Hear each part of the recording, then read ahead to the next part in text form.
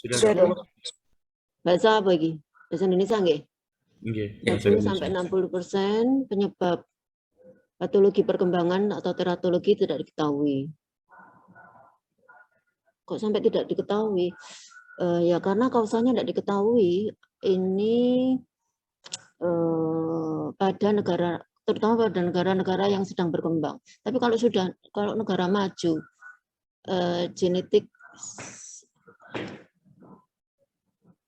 sudah mulai bisa disorder genetik, kelainan pada genetik itu sudah bisa dideteksi. Parameter keberhasilan suatu negara berkembang tidaknya developing country or developed country depend on successful terhadap kesehatan ya, One Health. Jadi itulah yang jadi patokan. Kenapa Singapura? Semua kalau sakit lari-larinya ke Singapura. Mulai dari istrinya Pak Presiden, dua-duanya SBY dan Habibie semua lari ke Singapura. Otherwise Bu Ainun sempat di Singapura tapi terus dibawa ke Jerman. Tapi sempat di Singapura karena briefnya dan teknologi orang luar negeri Eropa lari ke ASEAN. Singapura kan ASEAN. Ya karena dokternya berani. Sikap berani itu harus dimiliki. Kalau hebat, makanya nggak salah ya. Singkatan dari hebat, B-nya brief itu sudah menempatkan pada posisi yang strategis. Namun secara eksperimental dapat diketahui agen penyebab teratogen, mikroorganisme, kimia, fisika, makanan maupun hormonal. Sangat diperlukan sebagai uji toksisitas agen penyebab yang dapat berpengaruh terhadap perkembangan janin. Oke. Teratologi terapan merupakan sarana untuk menggambarkan bentuk-bentuk abnormalitas perkembangan dan menjelaskan mekanisme abnormalitas perkembangan tersebut dengan tepat akibat paparan teratogen. Dapat dilakukan secara in vivo maupun in vitro. Bentuk-bentuk abnormalitas perkembangan dan menjelaskan mekanisme abnormalitas perkembangan. Jadi bisa melalui in vivo maupun in vitro. Jadi tikus digawe percobaan agar terjadi kecacatan. Itu mekanismenya. Ini uji in vivo ya, pemeliharaan hewan coba. Hewan coba tikus, kelinci, mencit, hamster mudah. Alasannya mudah diperoleh, penanganannya mudah, jumlah anak cukup besar, masa kepentingan pendek. Secara psikologis yang mendekati manusia adalah mencit. Kalau tikus enggak. Tetapi kalau untuk uji coba pada organ-organ yang sangat kecil, biasanya digunakan tikus. Kalau mencit terlalu kecil. Anjing, kucing, babi, secara filogenetik mirip dengan manusia. Kelinci dan primata bukan manusia memberikan lebih banyak manfaat. Saya yakin tentu tidak semua mahasiswa itu senang sama mencit atau tikus. Satu, apa ya, how do you say? Jijik, gila. Apa bahasa Jawa itu apa? Hi, jijik. Gitu ya, biasanya cewek-cewek gitu. Lebih senang pada, ya sudah kalau nggak senang itu nanti penelitian pada mendengar anjing atau kucing. Kalau takut sama kucing ya besar lagi kambing. Kambing sulit didapat, ya besar lagi sapi. Sapi kalau sapi kurang besar misalnya. Ya masih banyak lagi gajah atau jerapah. Jangan dikira tidak ada penelitian tentang jerapah. Ada. Dosen kita di FH pun ada yang disertasinya risetnya dengan menggunakan jerapah. Pertanyaan saya, kalau jerapah itu kira-kira sampelnya berapa ya? Andaikan logika aja, ini analisis loh. Itu PDB itu sudah soalnya KBN Pancasila itu analisis semua. Kira-kira kalau riset menggunakan jerapah, sampelnya berapa? Aduh, sak menit ya kak. Kalau pakai dipikir sih, jawab loh. Gampang kan pertanyaannya? Kalau ingin melakukan penelitian dengan jerapah, kira-kira jumlahnya sampelnya berapa? Aduh, kok lama ya? Enggak. Aku heran aku. Capek apa? Aduh, sesuai ini. Syarat hewan coba harus muda, dewasa, sehat, lebih disukai betina premik grafit. Oh, apa artinya premik grafit? Halo? Belum pernah bunting, Dok. Ya, premi pertama ya. Jumlah sampel tikus kurang-kurangnya 20 betina dalam setiap kelompok dosis. Kelinci digunakan 20 betina per dosis. Anjing dan primata bukan manusia dengan jumlah yang lebih sedikit. Kenapa jumlah lebih sedikit? Karena, halo?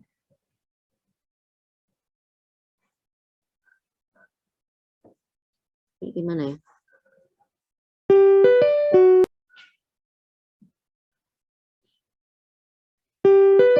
Pemberian teratogen, dosis kurang-kurangnya diberikan 3 tingkat dosis. Ya. Dosis tertinggi, gejala keracunan induk dan jamin seperti penurunan berat badan. Dosis terendah harus tidak menampakkan efek. 1 atau lebih dosis harus berada di antara kedua ekstrem situ. Jadi dosis yang terlalu rendah, tidak ada nampak. Dosis efektif adalah dosis yang tepat. Naik lagi dosis toksik, keracunan, naik lagi dosis letal, kematian. Nah, ini the lowest dose not always affects the effective dose, but normal dose must stay between highest and lowest dose. Jadi di antara tertinggi dan terendah. The highest dose, for example, body weight decrease, fetus and the highest dose ini tingkat yang paling enggak seberapa parah adalah toxic, dan paling tinggi letal. Udah letal meninggal. Kenapa kok? Kenapa the highest dose warnanya lain? Yang ini green, ini brown. Kenapa? Halo? Gitu aja nggak bisa ngomong. Aku heran. Sebetulnya kalian nanti kalau tugas individu, one by one presentasi 5 menitan, biar bisa ngomong. Tapi kalau satu kelas anaknya 80, saya dapat 10 kelas. Mayoritas 80% itu mahasiswanya satu kelas di atas 80. Kemarin yang 50 saya jadikan presentasi individu, presentasi sendiri, one by one. Biar bisa ngomong. Oke, kelompok kontrol, larutan garam fisiologis, kelompok perlakuan, teratogen aktif. Kedua kelompok, informasi identitas, cacat spontan ya, menyebabkan cacat spontan ini tergantung pada kepekaan hewan coba.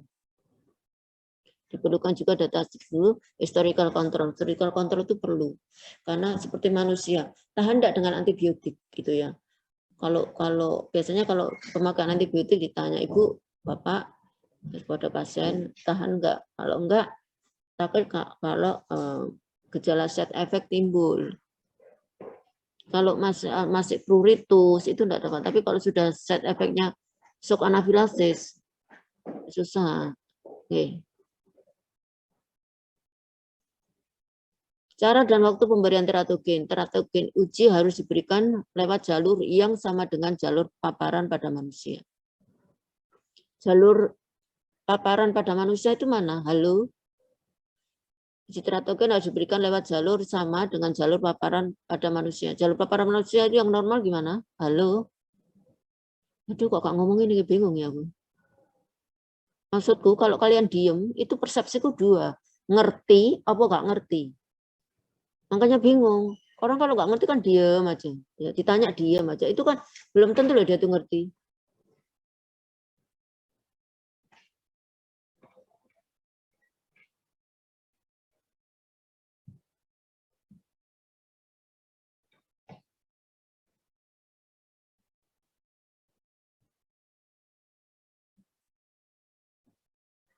Teratogen uji harus diberikan lewat jalur yang sama dengan jalur paparan manusia. Jalur paparan manusia itu gimana? Jalur mana? Lewat plasenta. Lewat plasenta. Jalur? Ya apa mas? Ya apa mas tadi? Jawabnya apa? Jalur makanan manusia. Lah ya opo? Ya makanan manusia itu ya apa jenenge? Lewat endi gitu. Iya, jangan iya, iya, ya benar, makan manusia itu lewat mana? Oh, ngomong kok ada jelas no, Lewat ketara. mulut. Lah ya wis ngono lho maksudku itu. Ya lewat mulut, tenggorokan, kerongkongan, esofagu, lambung. Gitu. Teratogen uji pencemaran makanan dicampur dalam makanan hewan. Jadi dicampur dalam makanan. Uji teratogen uji peroral diberikan dengan sonde lambung. Tahu sonde? Halo? Enggak, Dok. Kurang tahu. Kalau sapi itu biasanya disonde pakai apa? Kalian pernah lihat sapi disonde? Biasanya sering dimasukkan ke dalam bumbung kayu itu apa?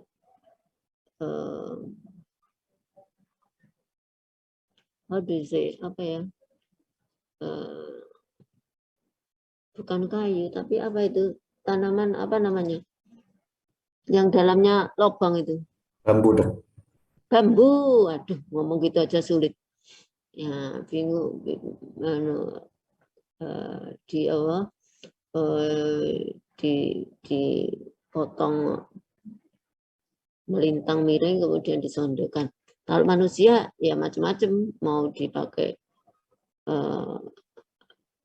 selang, kan ada langsung dimasukkan ke hidung lewat, karena tidak bisa, ada makanan yang perlu diberikan dalam kondisi pasien tidak sadar. Ada obat yang harus diberikan ke lambung di dalam kondisi tidak sadar. Itu lewat hidung langsung sakit. Tapi kalau nggak sadar kan nggak sakit. Teratogen uji peroral diberikan dengan sonde lambung. Waktu pemberian teratogen uji diberikan selama periode organogenesis. Periode paling rentan dan kedua bervariasi untuk setiap jenis. Karena tiap individu tidak sama. Paling rentannya itu berapa? Seperti minggu lalu kan ada slide PPT ya. Organ itu pada masa organogenesis itu 8 minggu itu yang sangat sensitif. Setelah itu sampai 3 bulan sampai 9 bulan adalah masa yang sensitivitasnya rendah, tetapi untuk memunculkan hanya organ reproduksi aja. Yang paling sensitif adalah otak ya. Masih ingat ya? Periode rentan untuk beberapa jenis hewan, ya, umur induk, tikus, mencit, hamster, kelinci. Umur induk gini, mencit segini, hamster gini, dewasa. Pemberian dosis tikus 6 ke 15, mencit sama, hamster lebih awal, dan kelinci durasinya lebih panjang. Ya. Apakah ini sebagai patokan? Kalian bisa mencari referensi banyak. Jadi kuliah itu hanya sebagian kecil aja, mulai dari dulu PPT-nya sama. Dan bagaimana tiap tahun kan mesti ada perkembangan ya. Ilustrasinya kita mengembangkan diri sendiri. Ya, mencari referensi sendiri ya. Jenis janin, koleksi janin ini tikus hari ke-20, 17, 14, 29. Oke, pengamatan. Induk bunting diperiksa setiap hari untuk melihat tanda-tanda keracunan. Betina yang keguguran prematur harus diupdate dan diperiksa. Betina yang keguguran atau prematur. What's the difference? Apa bedanya keguguran sama prematur? Sama atau beda?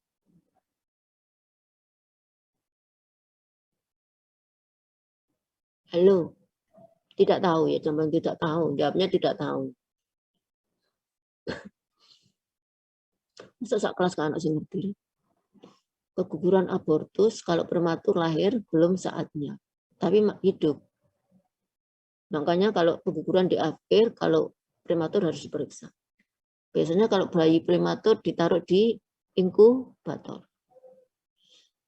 Janin dikoleksi sehari sebelum kelahiran, menghindari kanibalisme dan memungkinkan penghitungan kematian janin yang diresopsi. Janin dikoleksi sehari sebelum kelahiran, menghindari kanibalisme. Kanibalisme itu apa sih? Halo, sering pada kucing.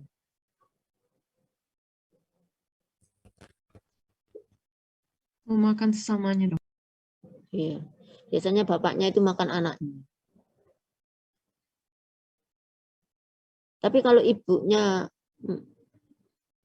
mamanya kucing itu pinter, maka mesti dipindah-pindah dari satu tempat ke tempat lain, dari satu tempat ke tempat lain. Ternyata biar tidak di lokasinya terdeteksi oleh bapaknya, mesti dimakan.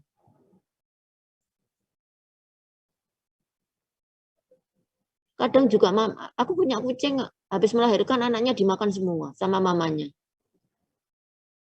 Ya, ini mamanya kelaparan gitu. Aku ngono, yang kok tega-teganya. Pengamatan morfologi, jumlah korporalitium, jumlah implantasi, jumlah janin yang diresopsi, jumlah janin yang hidup, jumlah janin yang mati.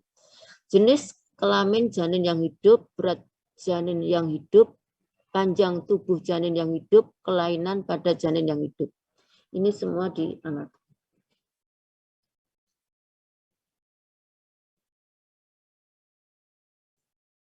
Oke, pemeriksaan lanjutan. Setiap janin diperiksa abnormalitas tubuh luar. 2/3 sampel janin secara acak. Ini biasanya dengan pewarnaan alisari. 1/3 diperiksa abnormalitas viscera setelah difiksasi dalam cairan Bowen. Hewan besar, anjing, babi, dan primata, bukan manusia, struktur lapisan dengan sinar X. Sinar Röntgen. Jadi kalau hewan kecil-kecil, pemeriksaannya itu dengan pewarnaan alisarin, maka warna itu akan menyerap pada tulang. Ada yang terserap, ada yang tidak. Nanti akan kelihatan. Yang normal menyerap, yang tidak normal tidak menyerap. Tapi kalau untuk hewan besar masa bisa? Kan banyak alisarinya, jumlahnya berliter-liter. Maka dengan sinar Röntgen. Nah, kenapa kalau hewan kecil tidak pakai sinar Röntgen? Ayo. Kenapa hewan kecil tidak boleh pakai sinar Röntgen? Malah mau dijawab sak karepe lah gak apa-apa sih. Masa gak bisa jawab saya ngono sih? Bisa menyebabkan perubahan genetik, Dok. Ya sinarnya Röntgen dengan ambang gelombangnya sangat tinggi. Kalau pada hewan kecil ya satu remuk, cacat pasti, mahal. Logika. Kalian kalau PDB, soalnya kemarin kan analisis semua. Saya juga membuat. Itu gimana kalau kalian penalarannya terbatas, nggak dalam. Nanti kan jangan sampai loh ya Pancasila dapat jelek. Berisiko tinggi ya. Nanti bekerjanya gimana dalam transkrip? Karena Pancasila saya mulai agama, loh Pancasilanya dapat B, gak Pancasila. Pancasila harus dapat A, minimal lah AB. Tapi jangan sampai B ya. Uji neurobehavior, efek susunan saraf pusat, sikap tubuh, fungsi motorik, koordinasi, ketahanan, penglihatan, pendengaran, respon terhadap lingkungan, perilaku kawin. Ini harus ini. Bayi aja kalau dilahirkan fetus ya, baby, kalau melahirkan kalau enggak nangis kan dipukul supaya nangis ya. Itu juga.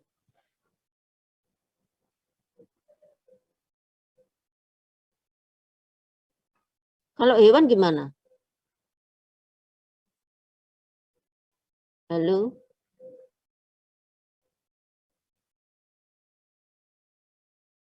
Kemarin lihat video jerapah yang melahirkan itu ya? Iya dok, langsung berdiri dok. Nah, langsung berdiri.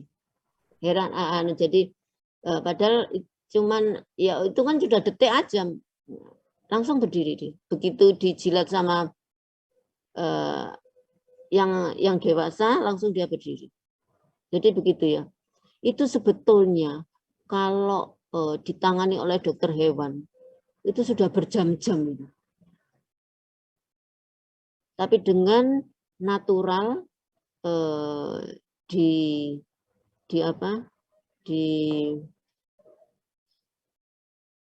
ditangani oleh yang pejantannya dalam durasi berapa menit? Video itu berapa menit?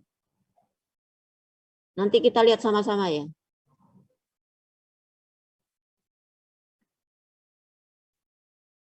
Nah, ini neuro behavior test, central nervous system ya.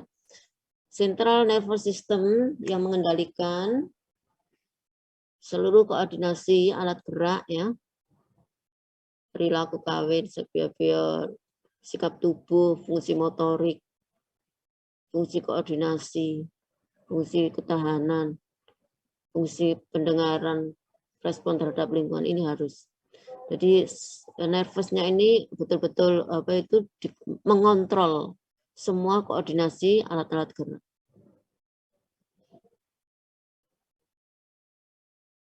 Karena kalau sudah kayak jerapah langsung berdiri, itu berarti sudah normal ya. Tapi kalau bayi kan susah. Tapi kalau kucing itu kan lama untuk jalannya. Baru ibunya, mothernya itu datang baru menyusui. Kan masih geremet dia.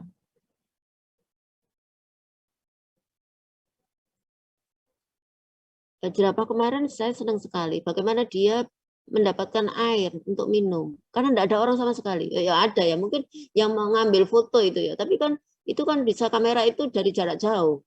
Kan itu di padang yang tidak dihuni oleh populasi manusia. Analisis hasil pengamatan jumlah anak lahir liter dalam dan bukan janin individual, setiap individu merupakan satu satuan percobaan.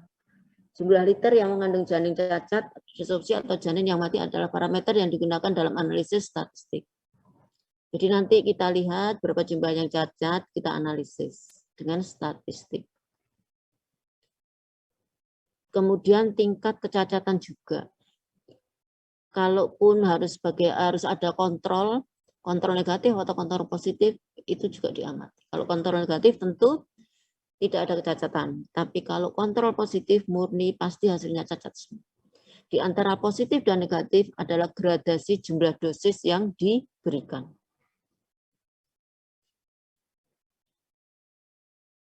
Meningkatkan jumlah rata-rata janin yang cacat per liter merupakan bukti nyata adanya teratogenitas.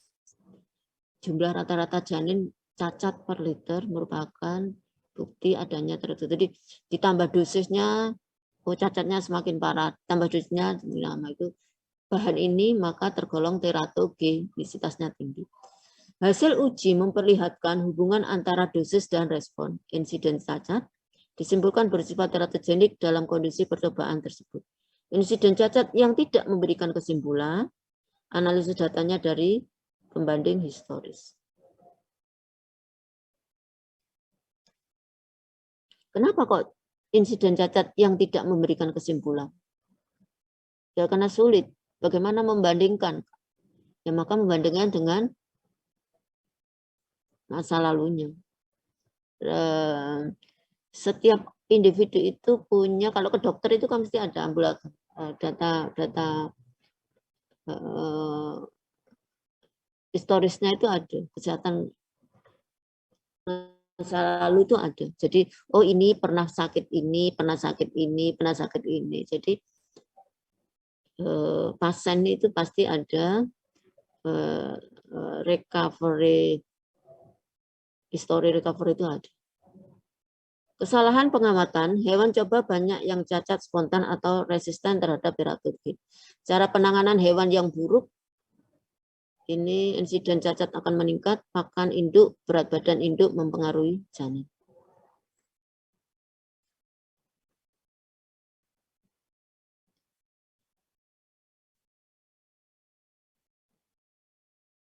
Dosis yang berlebihan, banyak diresorpsi atau sedikit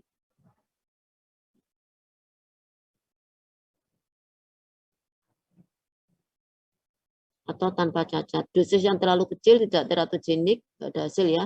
Beberapa efek teratogen mungkin terabaikan bila pemeriksaan dilakukan secara sambil lalu. Ini adalah kontrol positif, kontrol negatif, historical control selalu diperlukan. Kemudian informasi insiden kejadian spontaneous ya, cacatan. Setelah melalui beberapa percobaan, ini pada trial pertama, kedua, ketiga, keempat, meningkat ya, teratogen aktif, meningkat sampai menemukan dosis toksik. Dilanjutkan lagi dosis letal. Kalau sudah ini sudah nggak ada ini. Mati ini. Jadi nanti kalian kalau penelitian harus melalui step ini ya. Ada kontrol positif, kontrol negatif. Ini uji dengan animal trial dosisnya.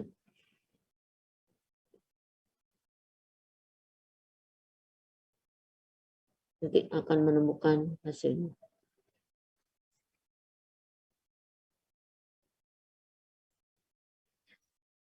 Ini lethal dose. Kalau toksik masih belum bahaya, tapi kalau sudah lethal, kematian. Ekstrapolasi pada manusia, hasil uji teratogenik pada hewan coba tidak dapat begitu saja dieksplorasikan pada manusia. Tidak ada hewan yang cocok.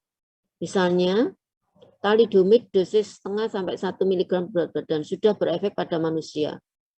Tetapi tidak teratogenik pada tikus dan mencit meskipun dengan dosis 4.000 mg per kilogram berat badan. Jadi tikus mencit hewan kecil dikasih digelontor thalidomid nggak bermasalah. Tetapi manusia hanya dengan setengah miligram sudah ada membawa cacat. Asam salisilat, asam asetil salisilat ya, aman untuk wanita hamil, tetapi bersifat teratogen kuat bagi tikus, mencit, dan hamster. Jadi mau menggugurkan kandungan, aborsi, itu harus tahu mana yang ini untuk manusia dan mana ini untuk hewan. Tidak semua obat teratogen itu efektif untuk setiap spesies. Tidak selalu, karena hanya ada beberapa spesies yang efektif, yang lainnya enggak. Begitu juga. Tapi manusia juga gitu, minum baygon. Ada yang mati, ada yang tidak. Kan gitu ya. Kalau orang bunuh diri itu, minum baygon kok gak mati. Itu kok mati? Ya tergantung baygonnya. Dan pun juga orangnya. Mau coba?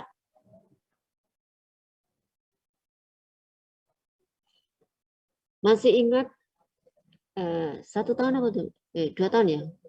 Belum 1 tahun. Mahasiswa PPDS dokter umum, kedokteran umum di Universitas, bukan hewan loh ya, kedokteran umum. Yang meninggal dunia karena minum itu. Ini gara-gara dibully sama kakak-kakak kelasnya. Padahal dia bapak ibunya dokter juga. Sampai jenazahnya itu khusus diterbangkan naik pesawat khusus dari Jakarta. Dia mendatangkan pesawat angkatan darat ya, karena orang tuanya dokter di rumah sakit. Pinter, ambil bedah. Memang kalau bedah di UNER kan dibully temannya. Hanya karena dibully aja ya. Makanya kalau hidup itu jangan soliter, jangan sendiri. Karena kalau mentalnya tidak kuat dibully ya kayak gitu tuh. Itu minumnya itu obat pembersih lantai. Tetapi bukan satu macam. Berbagai obat pembersih lantai jadikan satu diminum. Duh, kok ya isok ya. Ya begitulah. Ya, terus yang meninggal. Tapi kan sempat viral. Karena sudah PPDS, sudah spesialisasi. Tapi ya begitulah nasib kita. Jadi ini ilustrasi dari thalidomid diberikan pada ibu hamil 0,5 mili aja loh. Udah menimbulkan positif ya. Cacatan. Tetapi sampai 4.000 diberikan pada mencit menter. Tidak ada masalah. Begitu juga sebaliknya. Asam asetil salisilat. Pada mencit efektif sekali, tapi pada manusia tidak. Gitu nggih. Jadi tidak semua. Nah, uji in vitro, meskipun belum rutin dilakukan, uji in vitro ini memberikan harapan sebagai prosedur penyaring, screening dalam menentukan organ sasaran atau dalam mempelajari mekanisme teratogen. Macam uji in vitro, biakan sel, biakan organ, dan biakan hidra.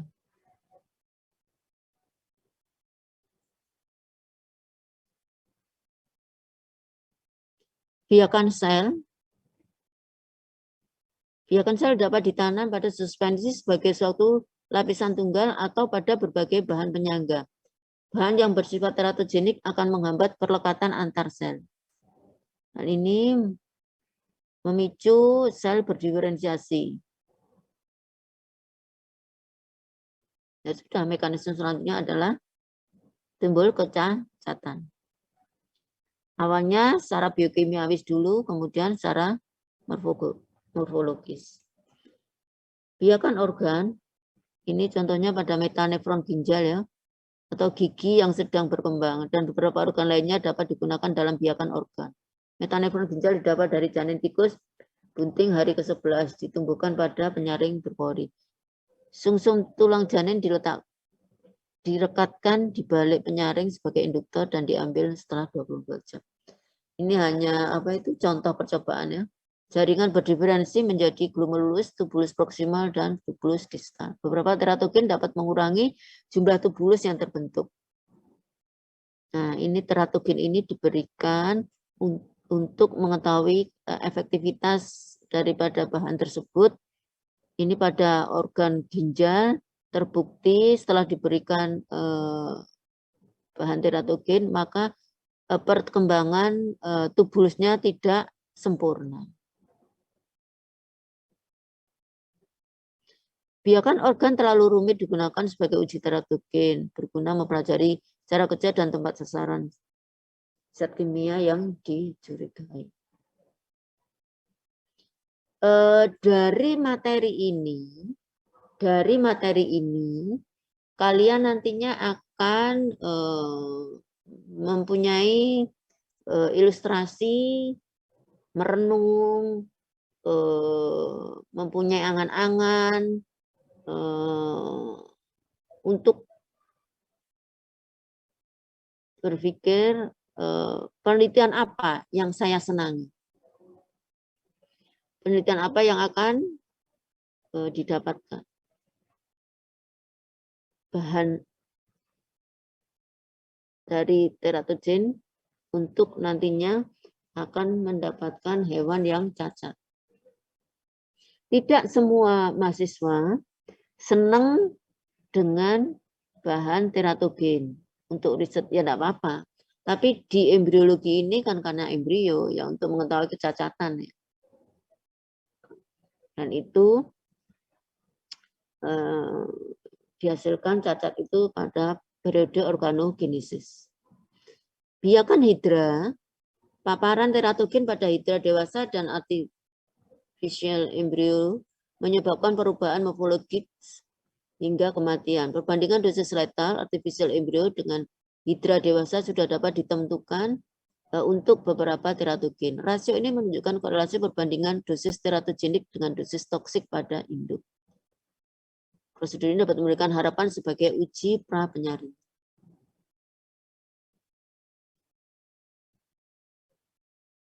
Ini adalah terakhir. Ini hanya contoh saja bahwa korelasi antara dosis teratogenik dan dosis toksik ya. Kalau toksik nanti adanya pasti membawa side effect.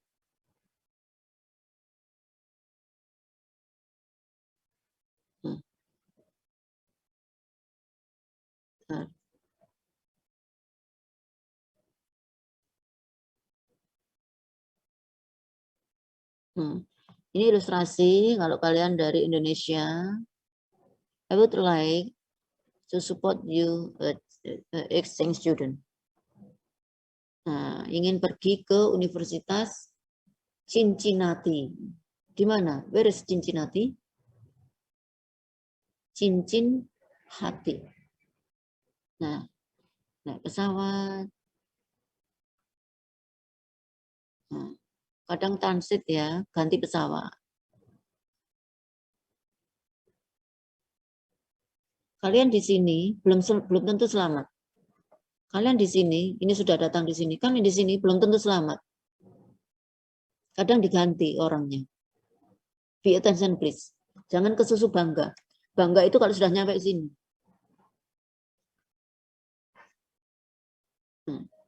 Sudah nyampe di sini, kan masih di Indonesia. Nah, ini sudah ada duduk, berdoalah yang banyak kalau sudah sampai di sini.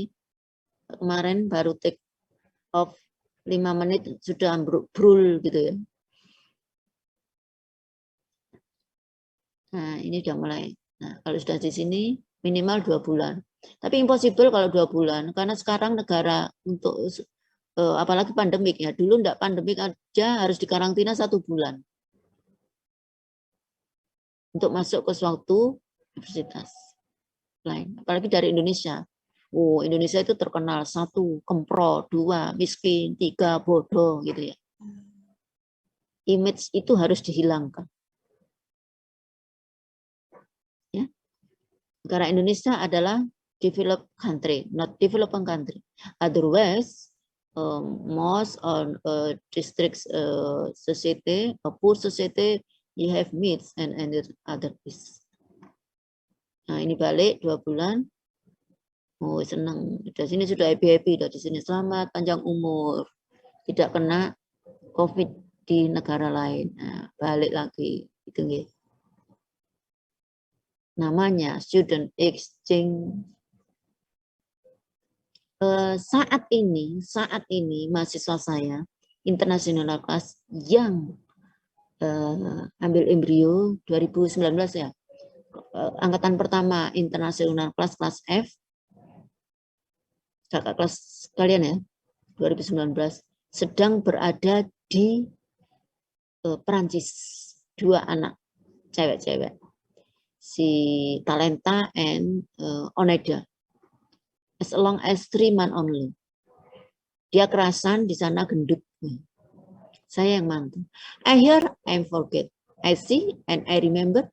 I do and I understand. Saya dengar, saya lupa, saya lihat, dan saya ingat. Saya melakukan dan saya mengerti. If you hear only, of course forget. But at the second step, if you look, you see. Not only here, you will remember. Oh, you must get 1 step again until understand. You must do. Gitu nggih? Oke, fungsinya ini adalah sebagai jendela dunia. Oke. Terima kasih. Ini adalah game. Saya ingin tahu game. Please you look the slide as long as I will account. Tak hitung ya, sampai 20 ya. Semua lihat di sini. 1, 2, 3, 4, 5, 6, 7, 8, 9, 10, 11, 12, 13, 14, 15, 16, 17, 18, 19, 20. Oke. 20.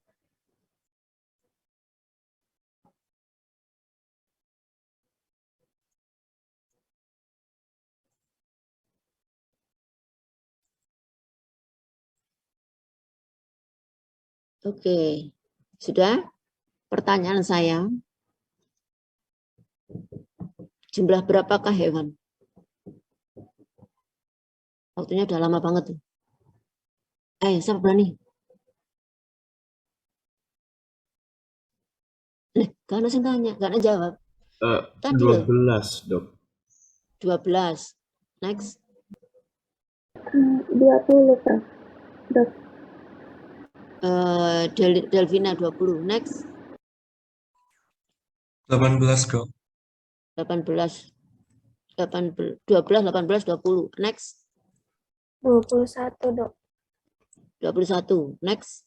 Saya ingin menjawab 23, kalau Dok. sampai 23. Oke. 23. 22, Dok. Nah, semua komplit. 20, 21, 22 ada 3. 18 dan 12. Next. Oke, finish. Finish. Sudah ya? Kalau yang double nggak usah jawab.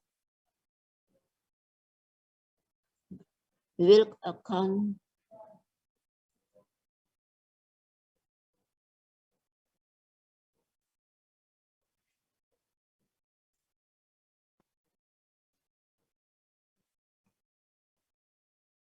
Silakan dihitung.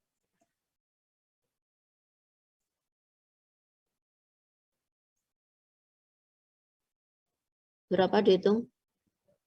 1, 2, 3, 4, 5, 6, 7, 8, 9, 10, 11, 12, 13, 14, 15, 16, 17, 18. Sudah, berapa yang hitung? Ada 21, Dok. Ya, oke. Wes benar ya. Oke, yang jawab 21 siapa? Saya, Dok. Berarti yang hitung 21 itu berbaik hati. Dia tuh menghitungkan temannya. Membantu saya. Yang hitung 21 siapa? Yang jawab siapa? Yang cowok tadi. Mas apa? Halo. Yang menghitung tadi siapa kok? Suaranya cowok. Baru aku bertanya, siapa yang jawab 21? Cewek. Siapa? Mbak Delvina yang jawab 21 ya? Siapa yang jawab 21? Bukan, saya, Dok. Siapa? Ocha. Ocha. Ocha, selamat Ocha ya. Aku akan mengenalmu karena jawabannya tepat. Terus yang menghitungkan, membantu saya menghitungkan tadi siapa? Saya, Dok. Siapa sih ngomong kok? Saya, Dok. Ridho. Dok. Ridho ya wes, Mas Ridho, Mbak Ocha. Oke. Mau video apa enggak?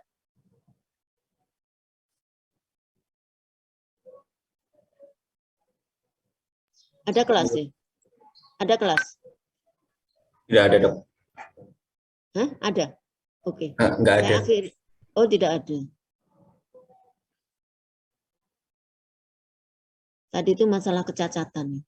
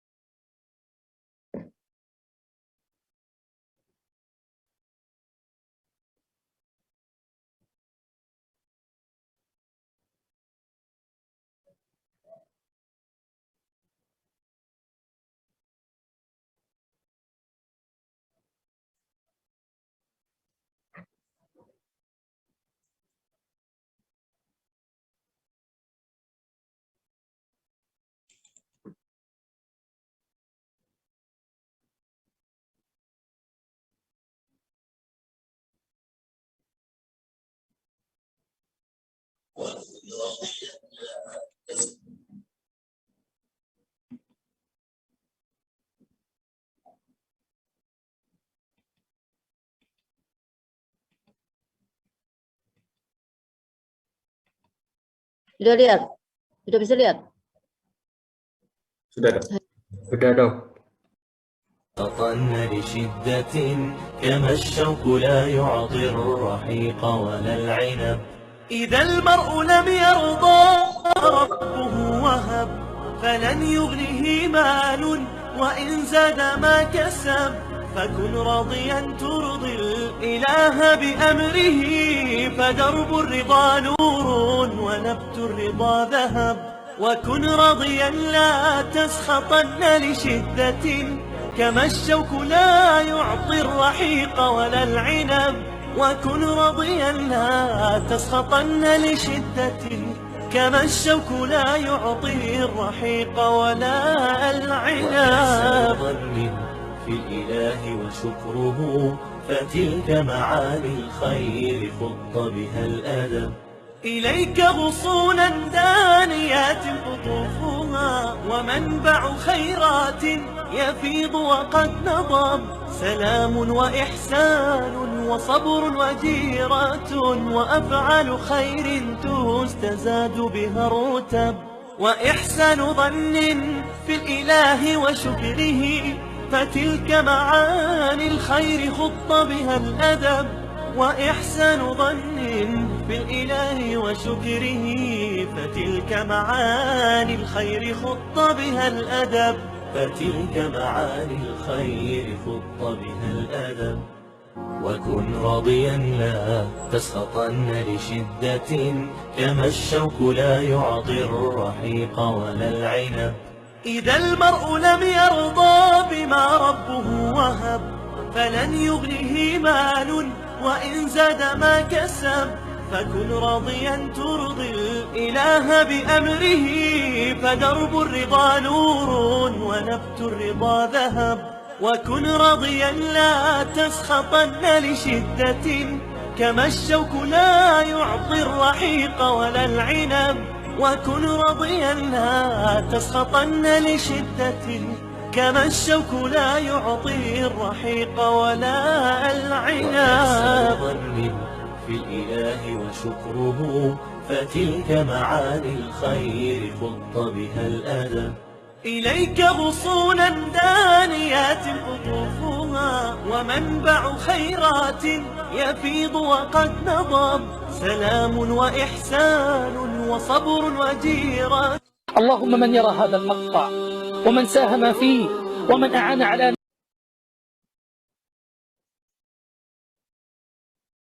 Ini kan aku bertanya dong. Ya harus bertanya kan.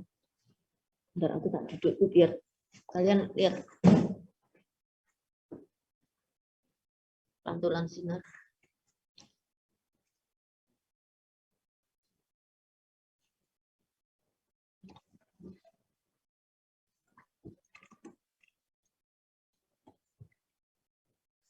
Pertanyaannya, lalu pertanyaannya, berapa jumlah otaknya? Nih, berapa jumlah otaknya? 2, Dok. 2, Dok. Dua, Dok. Dua, Dok. Berapa jumlah tangannya? 2, Dok. Dua, Dok. Dua, Dok. Berapa jumlah jantungnya? 1, Dok. Satu, Dok. Satu suara tok. Nggak ada yang jawab 2. Berapa jumlah mamenya? 1. Mame apa sih kok 1 tuh? Mame itu apa? Dua, sih? Dok. Satu pas. Nah itu loh. Siapa yang jawab 1? Ban Fair. Ban kapal siapa? Malah laki loh yang benar jawabnya. Padahal yang punya perempuan loh. Tapi laki juga punya ya. Padahal gambarnya perempuan. Yang benar ya laki. Jadi laki-laki ini perhatian sekali terhadap Mame. Siapa yang jawab tadi, Mam? Aku sudah kenal Ridho. Aku sudah kenal Ocha. Siapa yang laki jawab sepasang tadi? Saya, Dok. Betul. Siapa? Siapa kok ini sih? Raise your Ganif, hand. Dok.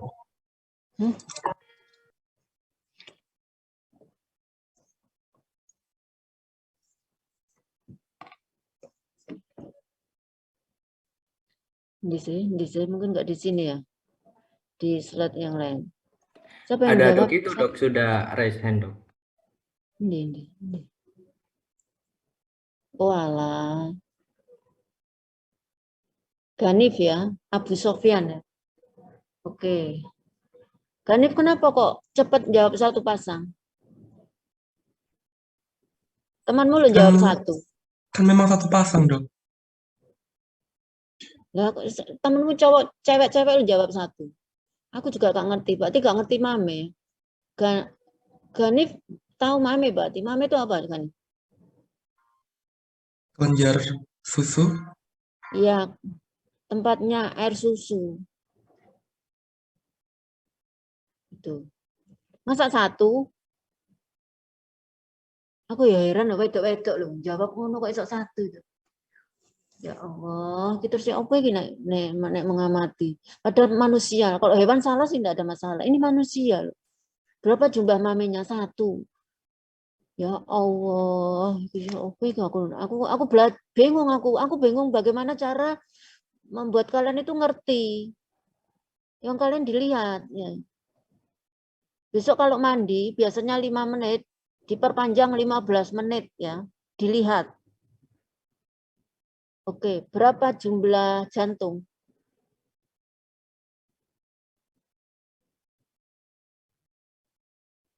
Satu. Terus yang jawab satu orang. Yang lainnya? Berapa jumlah kaki? Dua. Dok. Berapa jumlah tangan? Dua Satu Dok. pasang. Satu pasang.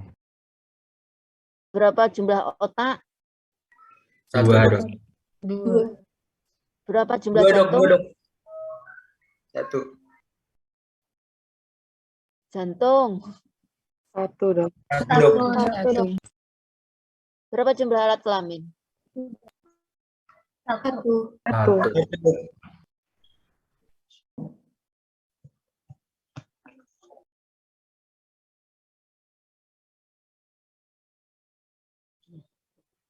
Sehingga sulit di spirit. Kenapa saya tayangkan ini? Mungkin kalian sudah melihat videonya atau belum. Jadi pasangan yang twins ini sampai usia 29 tahun ada. Tapi kondisinya hanya dempet saja. Kalau ini kan ini bukan dempet ini karena ada satu organ yang dimiliki oleh dua individu. Nah, dia orang tuanya aku nggak ngerti ya. Padahal dokter loh itu. Ingin memisahkan diri karena semua normal. Rumah sakit yang berani adalah Singapura. Apa yang terjadi setelah lulus dokter usia 29 tahun? Apa yang terjadi?